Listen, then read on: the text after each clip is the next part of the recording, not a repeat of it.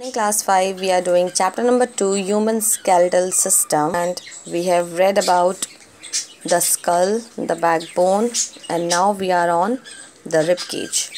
The ribs are long, curved children, like this, curved. Okay, है ना? Bones in the chest. There are 12 pairs of ribs that form a cage-like structure called the rib cage.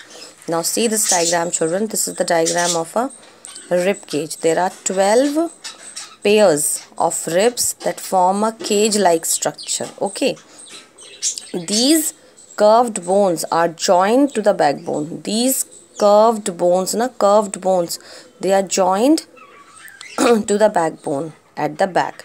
And the last two pairs of ribs are not attached at the front and are called floating ribs. Floating means which rest or move without sinking, children. That does not sink. Okay, so they are not attached at the front and are called floating ribs. The rib cage protects your heart and lungs.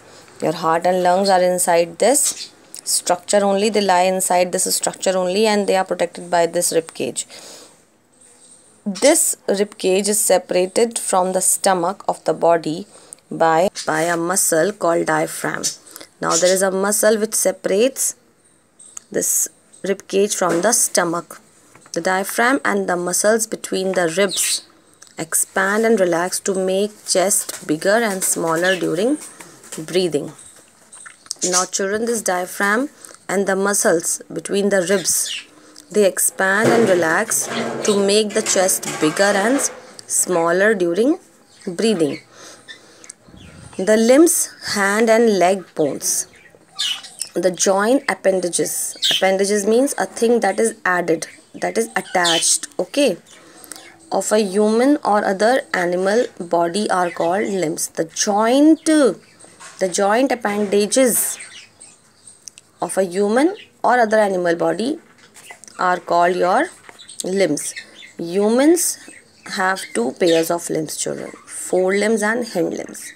The arms, hands and fingers are called your upper limbs, okay, or forelimbs. Can you see, children?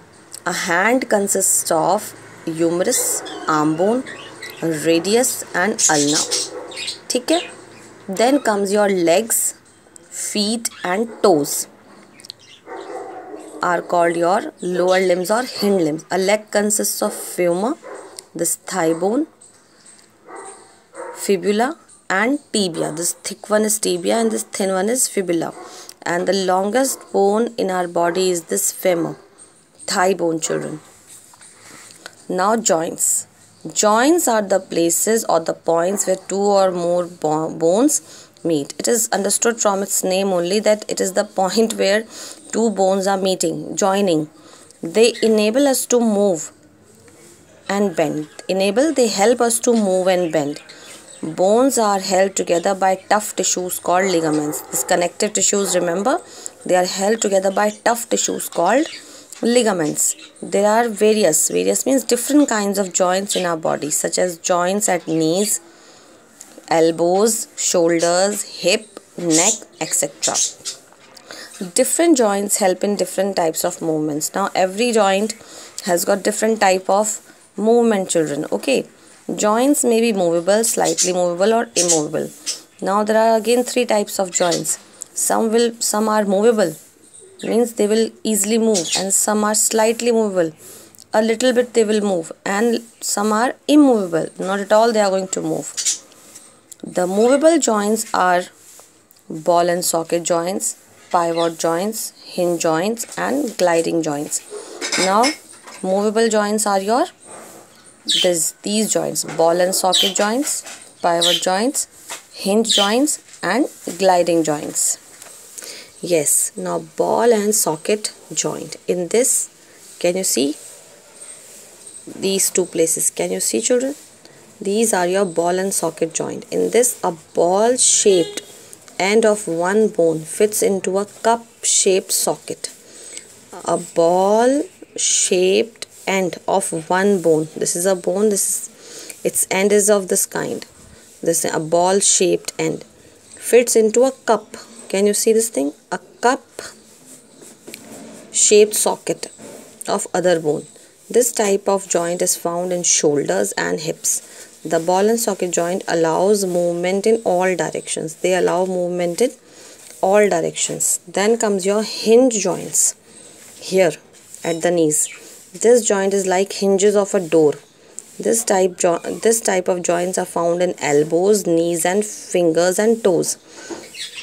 Please learn that where they are found, children. Okay. Hinge joint allows movement in one plane only. They allow movement in one plane only. Then comes your pivot joint. This joint. The joint is found between skull and backbone. Between the skull and the backbone. We can move our head in different directions, upward, downward and sideways due to the pivot joint. Because of this joint only we are able to move our head in